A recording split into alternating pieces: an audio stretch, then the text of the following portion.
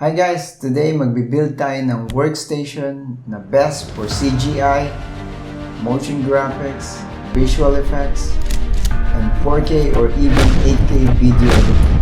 So guys, samahan niyo ako till the end of this video because we're going to do some benchmarks and also some game tests para sa mga ultimate gamers natin dyan.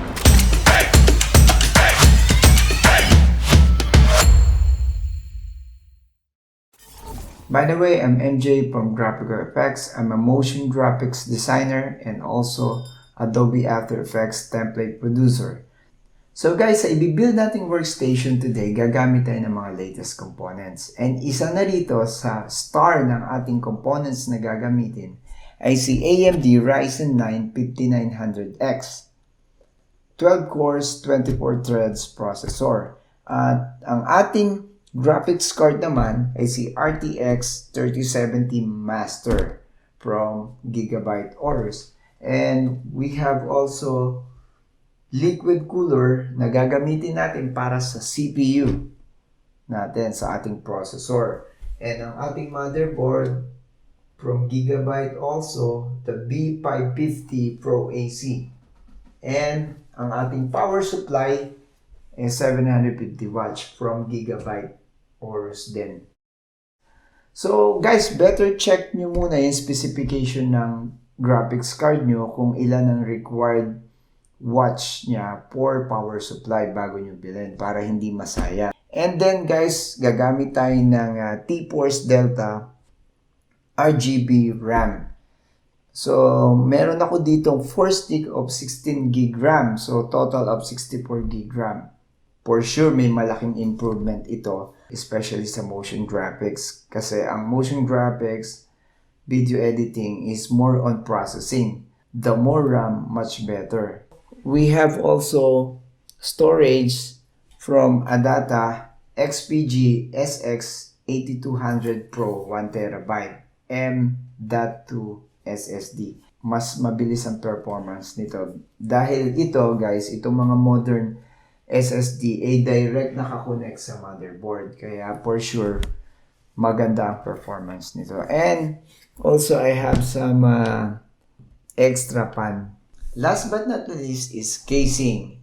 And this one from Lian Lancool 2 Mess ay may magandang airflow. So guys, I suggest kapag pipili kayo ng casing, make sure na may maganda siyang airflow. Dahil itong mga components na to, kakabit natin sa loob, and then gumagamit kayo ng napakahabang oras, editing, gaming, at wala siyang magandang airflow, baka agad masira yung mga components mo kung laging mataas yung kanilang temperature dahil sa very poor yung airflow ng iyong casing. So yun guys, pili ka ng magandang casing na may magandang airflow. So, yan lang guys yung mga components na mahalaga para makabuild ka ng isang workstation. So, ano pa hinihintay natin? Let's build! Let's jump straight to the video.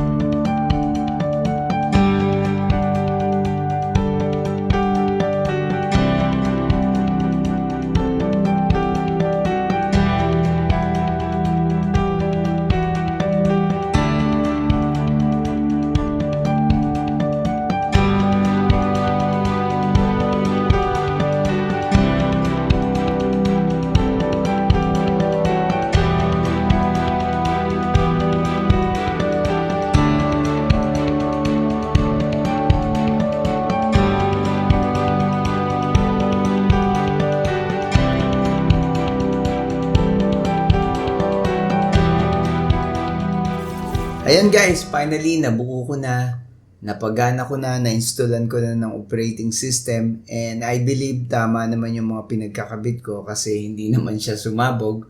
So I think okay naman siya. So guys, before we proceed sa benchmarks and game test, gusto ko munang i-advise kayo guys kung nagpaplano pa lang kayong bumili ng 5900X gaya nitong processor na ito, baka ma-experience nyo na kapag mag-install na kayo ng operating system ng Windows, parang hindi gumagana.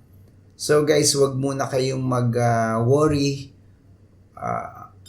Ang dapat nyo lang gawin is i-upgrade nyo yung firmware o upgrade yung BIOS nyo. Kasi hindi kayo makakapag-install ng operating system hanggat hindi na-upgrade ang BIOS ng motherboard nyo. So, just visit yung website ng brand ng motherboard na mabibili nyo. Kailangan ma-upgrade muna siya para makilala ni motherboard si processor. Dahil latest nga si processor, si AMD 5000 series. So, kailangan ma-upgrade ang motherboard firmware nyo o BIOS nyo.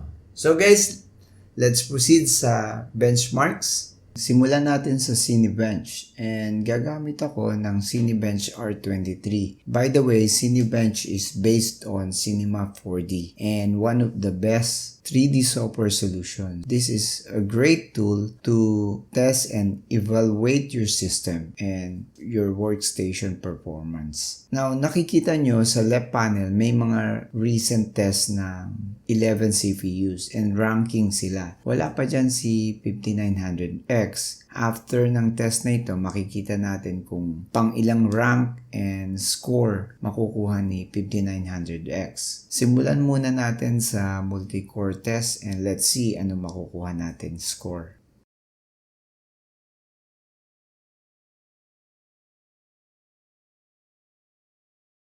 So ayan guys, nakuha ni 5900X yung third rank and score is 21,162 and very close sa second rank na si Intel Xeon 24-core processor na may score na 24,243. If you analyze, napakaganda ng performance na pinakita ni 5900X compare kay Intel Xeon 24-core. Doble yung cores ni Intel Xeon kay 5900X pero close lang yung score nila. So, nakaka-impress itong si 5900X. Isa pa, in-overtake pa niya yung kanyang big brother na si Ryzen Threadripper 16-core na may score lang na 16,315. So now, try naman natin ang single-core test. Let's see kung anong rank and score makukuha natin sa performance ni 5900X.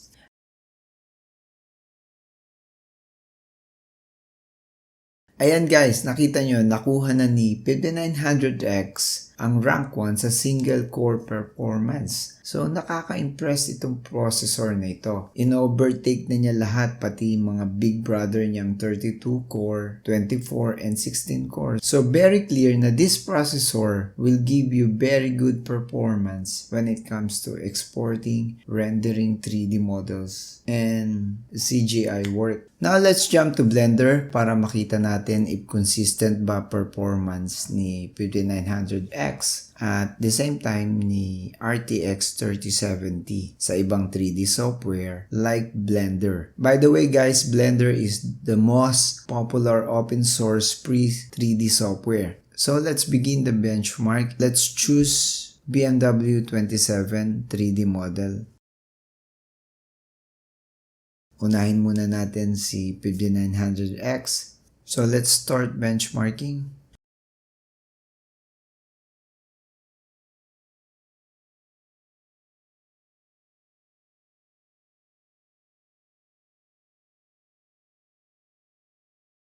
Benchmark complete. So ayan guys, nakakuha si 5900X ng 1 minute and 57 seconds. So guys, mabilis na yon para ma-render ang isang 3D model. Sa old workstation ko, it takes more than 5 minutes for a 3D model like BMW 27. I can see maganda talaga yung pinapakitang performance ni 5900X kahit sa ibang 3D software. So you can submit your score para makita mo rin yung ibang results ng ibang test. And by the way, nag-check ako sa cgdirector.com sa mga CPU test ginawa nila recently sa Blender, and nandun si 5900X. And guess what guys? The same ang time score nakuha nila for 5900X. 1 minute and 57 seconds also. So very clear guys na this processor is very consistent sa performance niya. Test naman natin si RTX 3070.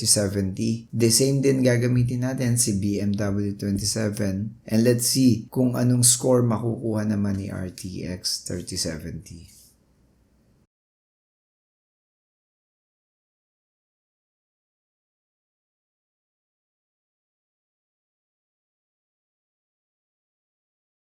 So yan guys, ito ang nakakabilib. Nakuhang score time ni RTX 3070 is only 30 seconds. So, napakaganda ng pinapakitang performance ni RTX 3070. Now, jump tayo sa Adobe After Effects. Try naman natin system na ito sa motion graphics and visual effects. So, gagamit tayo ng plugin called Pugetbench. This is a pre-plugin benchmark for After Effects. I-visit nyo lang guys yung Puget system website and download the plugin. Basahin yung instruction and nandun na rin how to run the plugin. Pero papakita ko sa inyo today kung paano siya ginagamit. So, after nyo ma-download yung plugin, just install it, then open your After Effects, go to Window tab, and go to Extension. Then makikita nyo dun si Pugetbench kung na-install nyo na yung plugin na yon. So sa test na ito, it will take 15 to 30 minutes to finish benchmark. So let's start the benchmark.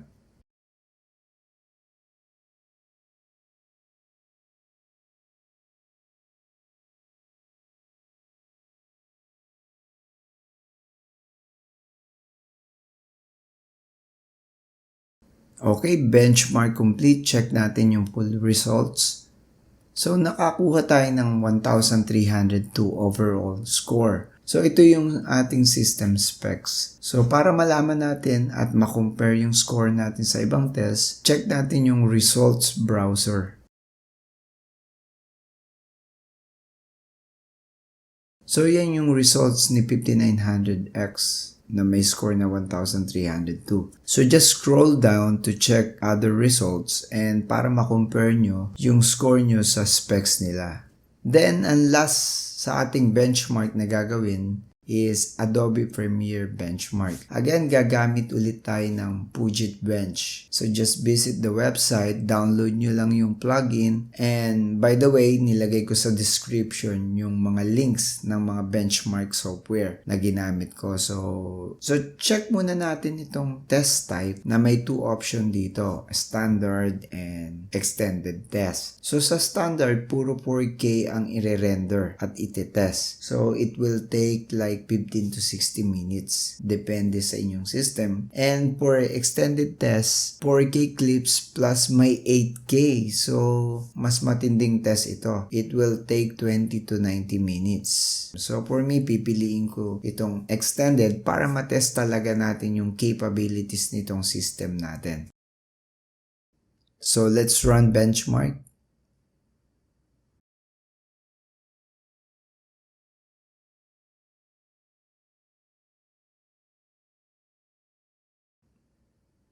Okay, benchmark complete. Check ulit natin yung full results. So, overall score ng system na ito for extended is 824, while si standard is 835. So, nakita ko na hindi naman masyado na stress system na ito sa 8K exporting. Mukhang yakang-yaka naman niya dahil very close lang yung results niya sa standard at extended test. Again, check lang natin yung result ng ibang test para ma-compare natin. So yan yung test ng system natin, nilagyan ko ng highlight. At makikita natin dyan, maraming below sa score natin na 800 plus. But there are some higher score which is performed by his big brother Ryzen Threadripper 24 core na merong 128 RAM o memory and GPU na RTX 3090. But overall, napakaganda ng pinakitang performance ng system nito.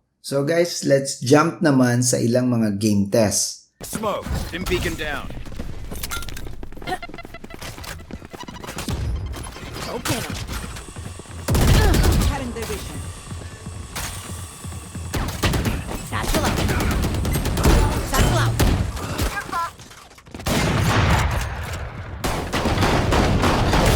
Reloading.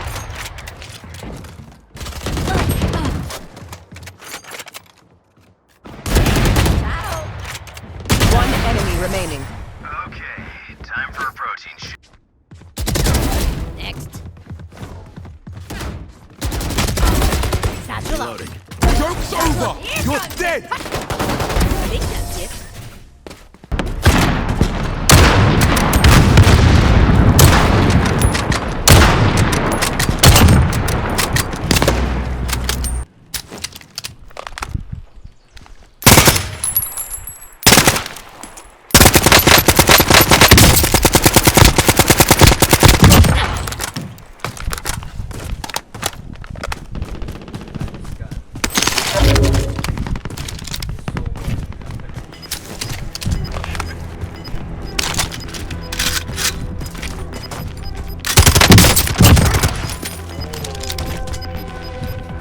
Got gas moving in!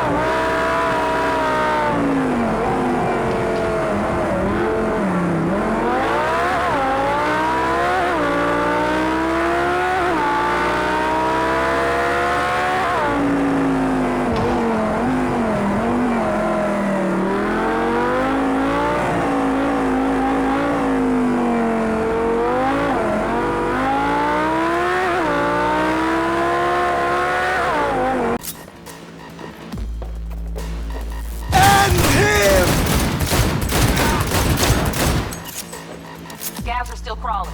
Clean it up, clean it out. Don't want to be bringing the target out under fire.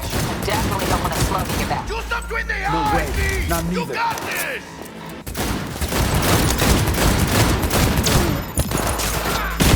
Look out! Thinking They got I'll go grenades! best.